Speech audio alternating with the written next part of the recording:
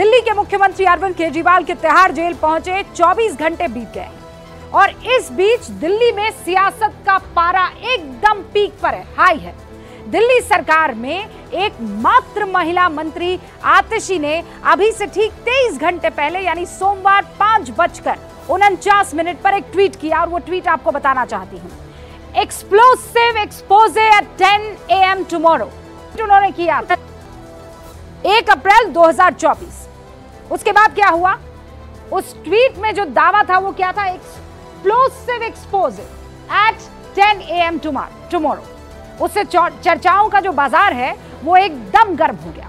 आतिशी ने ट्वीट में लिखा कि वो आज मंगलवार सुबह आज 10 बजे एक बड़ा खुलासा करेंगी। उनके शब्द थे एक्सप्लोसिव एक्सपोजे। अब अरविंद केजरीवाल की गिरफ्तारी के बाद जो खुलासा नहीं हुआ, रामलीला मैदान में केजरीवाल के जेल जाने के बाद जो रैली में खुलासा नहीं हुआ, वो आज हो जाना था। लाखों समर्थकों के बीच सुनीता केजरीवाल पहुंची, उन्होंने वो खुलासा नहीं किया, लेकिन आज आतिशी ने ये दावा किया कि वो खुलासा कर देंगी। ये वही पिक्चर है जो आपको बता रही हूं। सुनीता केजरीवाल पहुंची थी ना जब रामलीला मैदान में महारैली हुई थी, ये आपको सुनीता केजरीवाल पसंद दिखाई दे रही हैं और ठीक उनके मंच के उस साइड देखिए आतिशी आपको नजर आ रही है लाल कलर की साड़ी में। यहीं पर उनको ये बड़ा खुलासा नहीं कर लेना चाहिए था। सुनीता केजरीवाल के ठीक पीछे वहां बैठी हुई थी आतिशी, तब भी ये खुलासा नहीं हुआ। ये सवाल हर कोई पूछ रहा था कि ऐसा कौन सा खुलासा है जो सुबह घड़ी में 10 बजते ही दुनिया के सामने आ जाएगा, और ऐसा हुआ। 10 बजते ही आतिशी प्रेस कॉन्फ्रेंस करने पहुंची, बिना लाग लपेट, बगैर कोई भूमिका बनाए, सीधे माइक ऑन होते ही उन्होंने कहा, मुझे एक करीबी के माध्यम से बीजेपी ने ऑफर दिया है। मुझे कहा गया है कि या तो मैं बीजेपी में शामिल हो जाऊं, अपना सियासी करियर बचा लूं, और अगर बीजेपी नहीं ज्वाइन करती हूं तो आने वाले 1 महीने में ईडी द्वारा गिरफ्तार कर लिया जाएगा। आतिशी के आरोप सिर्फ इतने भर नहीं थे, और भी बहुत सारे आरोप उन्होंने लगाया, उसे भी आपको सुनवाऊंगी। लेकिन उससे पहले आतिशी के पहले आरोप का जवाब देने के लिए बीजेपी आगे आई। बीजेपी के प्रवक्ता आरपी सिंह क्या कह रहे हैं, एक बार सुन लीजिए जल्दी से। ऐसे निराधार आरोप तो मैं भी लगा सकता हूं। मैं भी कह सकता हूं कि सौरभ भारद्वाज का मुझे फोन आया था, उसने कहा था कि आप कृपा करके हमारी जान बचाइए केजरीवाल से, ये हमारे को जेल में डलवाना चाहता है, ये अब हमारा नाम ले रहा है, क्योंकि वह चाहता है कि हमारी जगह जो मौका मेरा है आज मुख्यमंत्री बनने का, मेरी जगह वह सुनीता केजरीवाल को प्रदेश का मुख्यमंत्री बनाना चाहता है। असल में इनकी अंदरूनी खींचतान है जो कि ये बार बार अलग अलग ढंग से प्रकट हो रही है। ये तो पहला आरोप था, आरोप का जवाब सुना। पहले आरोप के बाद बारी थी दूसरे आरोप की। आतिशी ने बीजेपी पर आरोप लगाया कि बीजेपी आम आदमी पार्टी के शीर्ष नेतृत्व को जेल में डाल देना चाहती है। सबसे पहले जो नाम उन्होंने लिया जेल जाने वालों की लिस्ट में, आतिशी की तरफ से जो नाम आया, उन्होंने कहा मैं हूं, यानी आतिशी। कौन है वो? वित्त मंत्री है दिल्ली की। आरोप क्या है? विजय नायर रिपोर्ट किया करता था। और ये आरोप किसने लगाया? किसी और ने नहीं लगाया है। ये आरोप बाकायदा लगाया गया है अरविंद केजरीवाल की तरफ से बकौल ईडी। दूसरा नाम जो उन्होंने लिया वो लिया सौरभ भारद्वाज का। पद क्या है? हेल्थ मिनिस्टर है दिल्ली सरकार में। आरोप क्या है? ये भी विजय नायर को जो है रिपोर्ट किया करते थे। फिर उसके बाद अगला विजय नायर जो है इनको रिपोर्ट करता था, माफी चाहती हूँ। फिर आया दुर्गेश पाठक का नाम, पद विधायक है आम आदमी पार्टी में, लेकिन दुर्गेश पाठक को लेकर आरोपों की कोई क्लैरिटी हमारे पास नहीं है। ईडी ने कोई ऐसा या उनके सूत्र ने ऐसा कोई नाम हमें नहीं दिया है।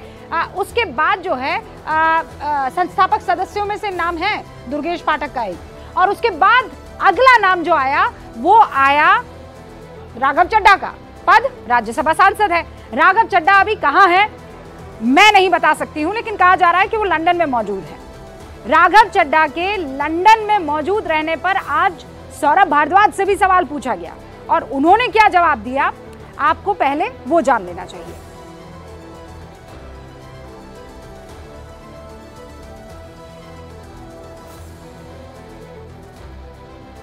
से वो बयान आप तक पहुंचाऊं, उसमें थोड़ी सी तकनीकी खामी है, मैं वो बयान आपको आगे सुना दूंगी। लेकिन सौरभ भारद्वाज ने कहा कि वो कहीं भी हो आम आदमी पार्टी में मौजूद है, और अगर नहीं तो आपको पता है अभी तक बीजेपी उनको कोई पद दे देती।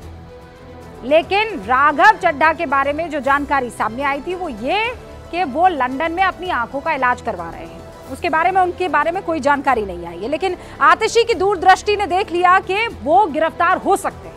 आतिशी के बाद प्रेस कॉन्फ्रेंस की सौरभ भारद्वाज ने। हालांकि उन्होंने ये नहीं कहा कि उनसे संपर्क साधा गया या उन्हें खरीदने की कोशिश की गई। लेकिन आपको एक इंटरेस्टिंग बात बता देती हूँ, ये जो दौर है, आप जानते हैं बीजेपी पर लगातार विधायकों के खरीद फरोख्त के आरोप लग रहे हैं।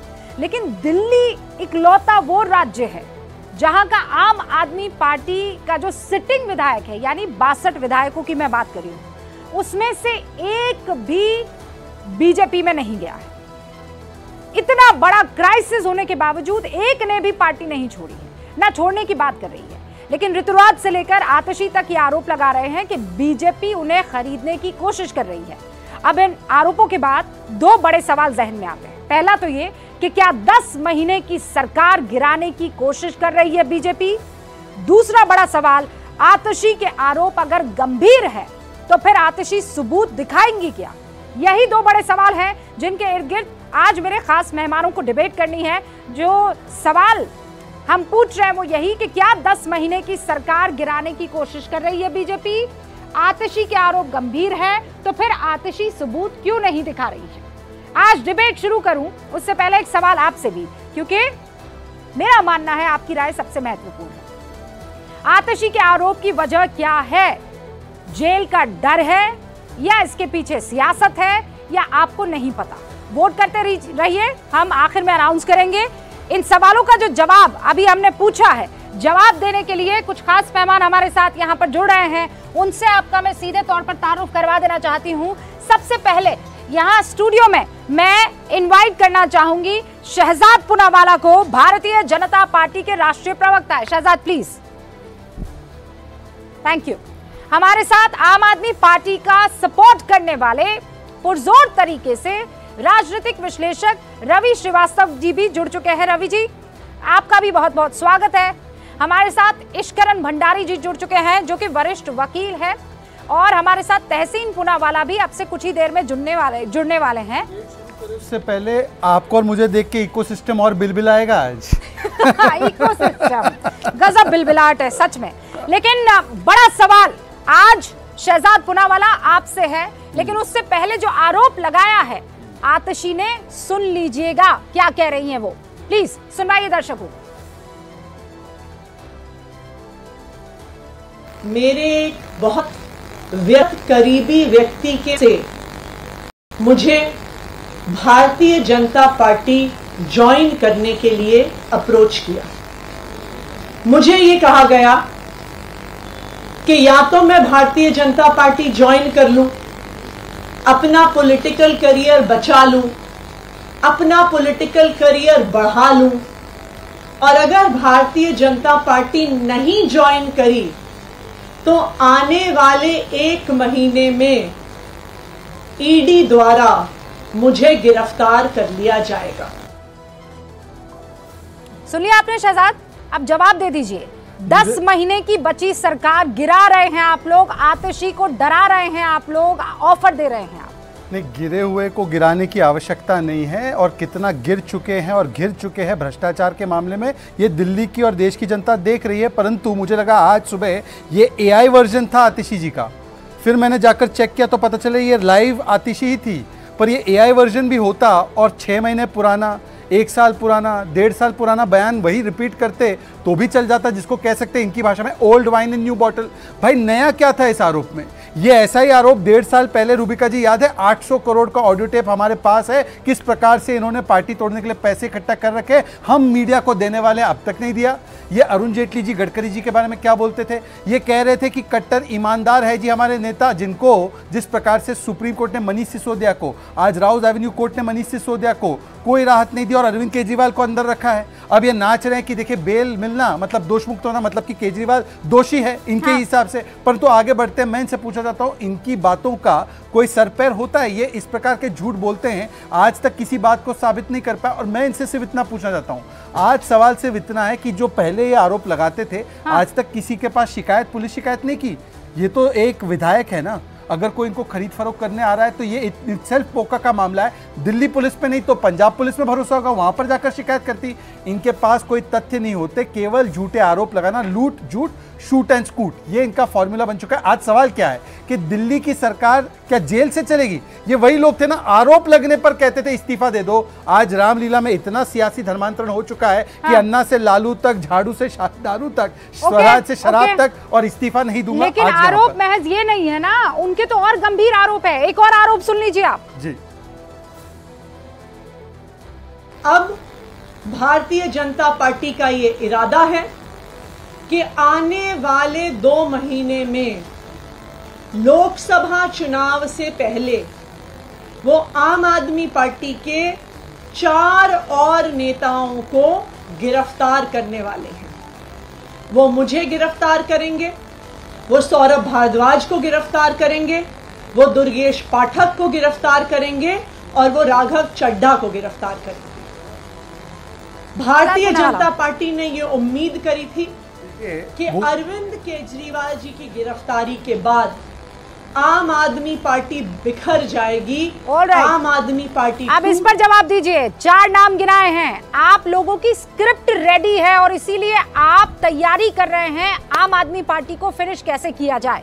जल्दी से 30 सेकंड में जवाब दीजिए। रूबिका जी, इंस्टाग्राम पे आजकल मोए मोए मोमेंट आपने देखा है? आज तो मोए मोए हो गया, ये गिनवाने लगी कि किसकी गिरफ्तारी होगी। आज तो ईडी ने किसी की बेल अपोज नहीं की तो उनको राहत मिल गई, एक प्रकार से वो बेल पे बाहर आ गए। तो गिरफ्तारी दूर, ईडी किस निष्पक्षता से काम कर रही है उसका प्रमाण सुप्रीम कोर्ट में आज मिल गया। और दूसरी बात मैं कहना चाहता हूं, देखिए क्या चल रहा है। जैसे ही गर्दन पर आती है गाज तो केजरीवाल जी ने मंत्रियों पर डाला, फिर जैसे कैलाश गहलोत ने आतिशी पर डाला, आतिशी ने अब और लोगों पर डाला। ये इनकी पुरानी आदत है कि अपने आप को बचाने के लिए बलि का बकरा ढूंढो, अन्ना से लेकर बाकी नेताओं तक, यही इनका चरित्र है। ओके, अब मेरे साथ बाकी और मेहमान मौजूद हैं। आपने आतिशी के तमाम आरोपों के यहाँ पर जवाब दिए, लेकिन क्या रवि श्रीवास्तव आज जो बात, और तहसीन पुनावाला अब हमें ज्वाइन कर चुके हैं, आज जो अब तक आप लोग आरोप लगाया करते थे कि पीएमएल